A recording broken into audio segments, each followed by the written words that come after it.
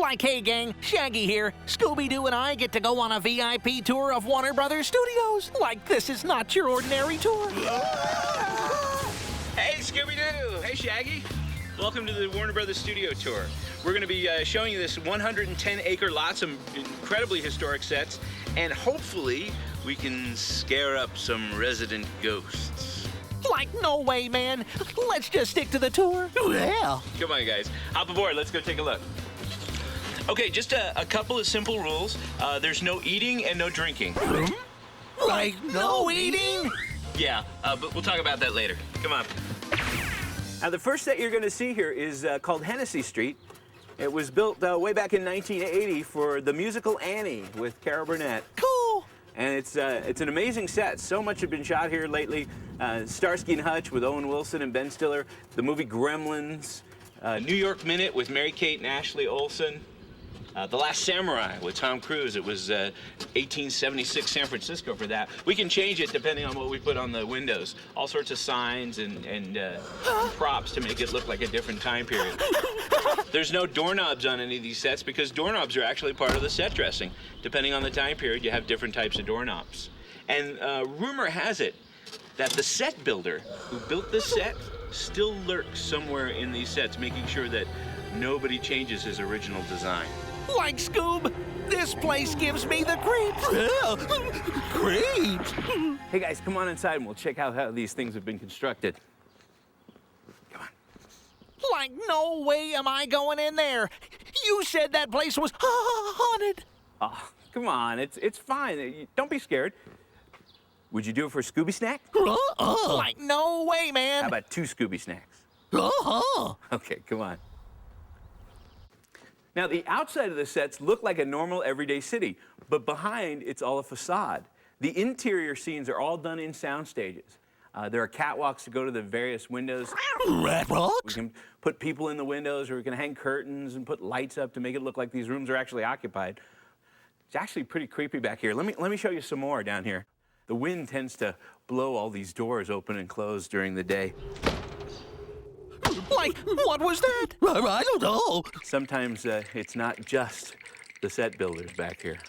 You know what I mean? Yikes! Come on up here. This is pretty cool. We put all sorts of window dressings on the windows to make it look like there's an actual room behind here, but as you can see, it's just wood. Like, this place is cool. Hey, Scoob. Well, rule. It gets really big back here. Boy, I tell you, Scoob, this place could hold a lot of Scooby snacks. Hey, Dean, how tall is it? It goes up about 5 stories, so we use these steel beams to keep everything stable and in place. And you know, sometimes when you're back here, if you look up in the rafters, right? You can see one of the ghosts of the set builders. Like, did you say ghosts? Yikes! Oh! I'm right behind you, old buddy!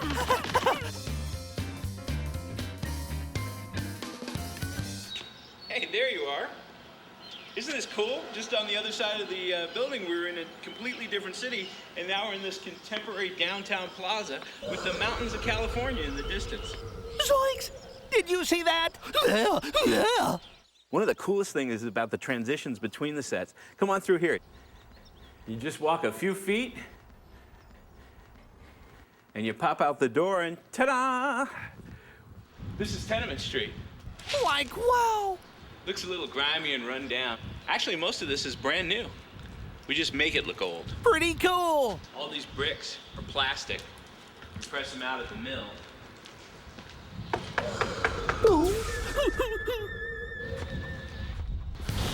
So many things have shot here. It's got an amazing history to it. Hey, would you guys like to see the jungle? Come on, hop aboard, we'll go to it. Like, yeah! Anywhere but here, man! Away we go. They're building a set over there to the right. It's going to be a brand new New England type of town. So we always hear construction going on here because we're constantly changing the sets and building new ones. But this is the jungle. We've got this empty lake right here. We can fill it up. Only takes about a day to fill it all the way up. Far out, man. Yeah. They used to have a pier that went about a third of the way into the lake. There was always a little guy in the end going, "Look, the plane, boss, the plane." That's Fantasy Island. Let me show you around. Take a look at this rock formation right here. They built this for the movie The Goonies back in 1985. And they left it up. It's got a great waterfall that goes down the center. There's an upper and lower lake that trickles down. There's a cave you can actually crawl into. And they did this really creepy spider movie out here. And when they were doing it, they used hundreds of real spiders, and they had them all accounted for. And when they tried to finish up the movie, they couldn't find some of them. So we think they're still lurking out here. I'd be careful if I were you. The cave? Bet you there's spiders in there. Want to see? Come on. Come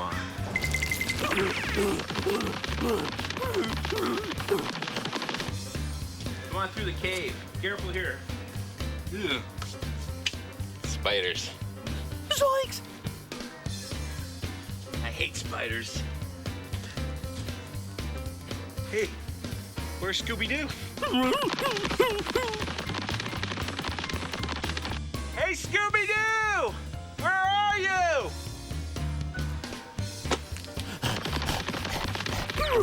Over here!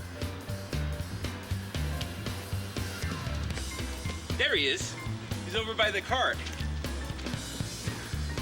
This is the toughest tour I've ever given. We're gonna head on back to the lagoon. Like, yeah, let's get out of here! Scared of spiders. Well.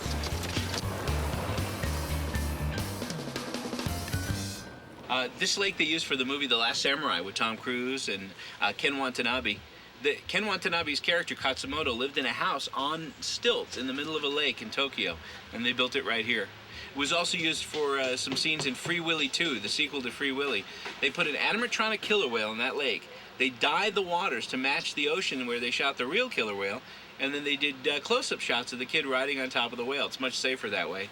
Also, the bamboo planted around the lake was planted there for the television series China Beach. And in the last few days, they've been prepping this area for a new movie with a sea monster. Should be pretty cool. Like, there it is! Come on, you guys. Let's go over. We're going to go hit New York Street. This street is actually the oldest street on the lot.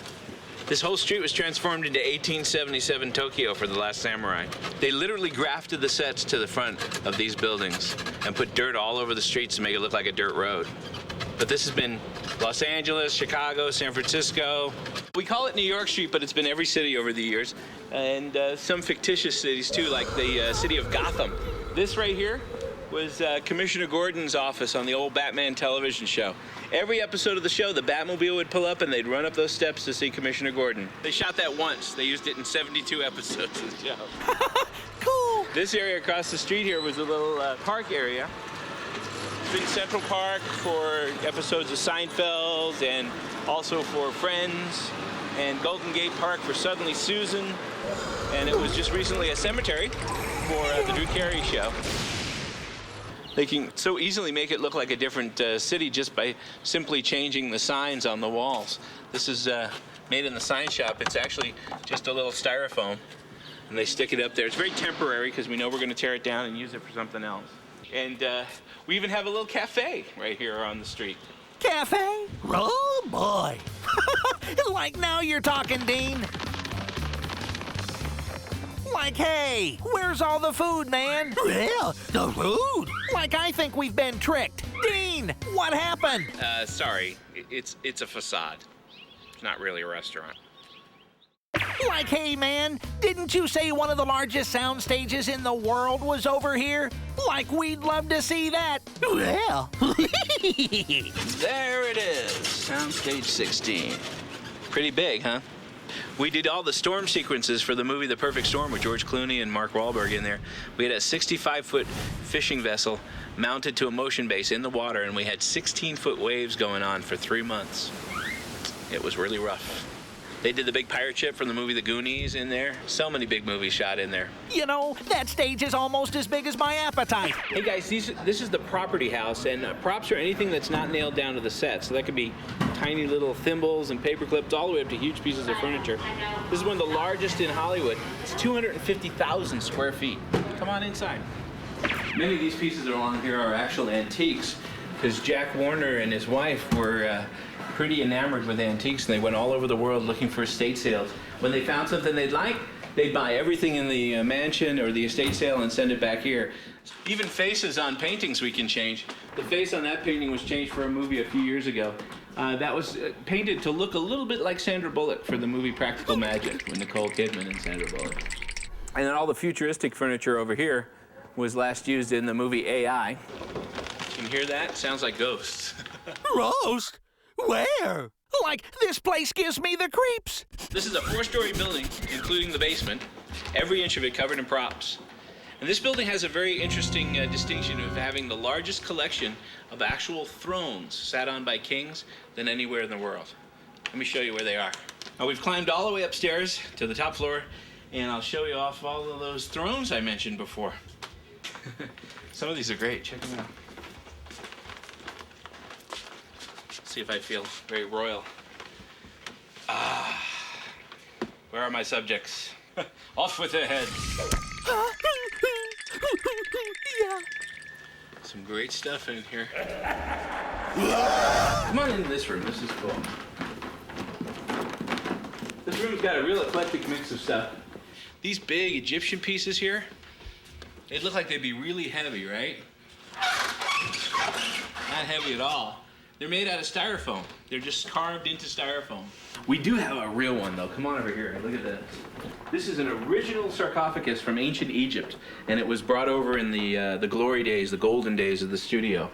It's amazing. Like, I wonder if Dean's been hiding those Scooby snacks inside that sarcophagus. Yeah. Like nobody's home. Let's get out of here. Yeah, now. Like, wait for me, Scoob. So, how about one last stop, and then we'll get a Scooby snack. Okay. All right. You guys are standing under the now very famous Warner Brothers water tower. It's 133 feet tall, and originally it was over at the main gate, but back in 1933, there was a pretty big earthquake that damaged the legs, and they were worried that it would fall over onto the firehouse, which is really not a good thing. So they moved it out here. They got it all retrofitted for earthquake. Wow. Doesn't have any water in it now, because that's where the Animaniacs live. You know those guys, Yakko, Wacko, Dot. Hey, thanks a lot, you guys, for coming on the tour today. I think you'll recognize this. It's your car from the first Scooby-Doo movie.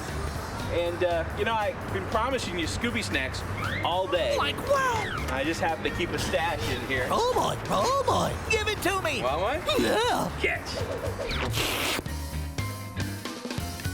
Like, don't forget to visit the Warner Brothers Studios VIP tour. It's not that scary.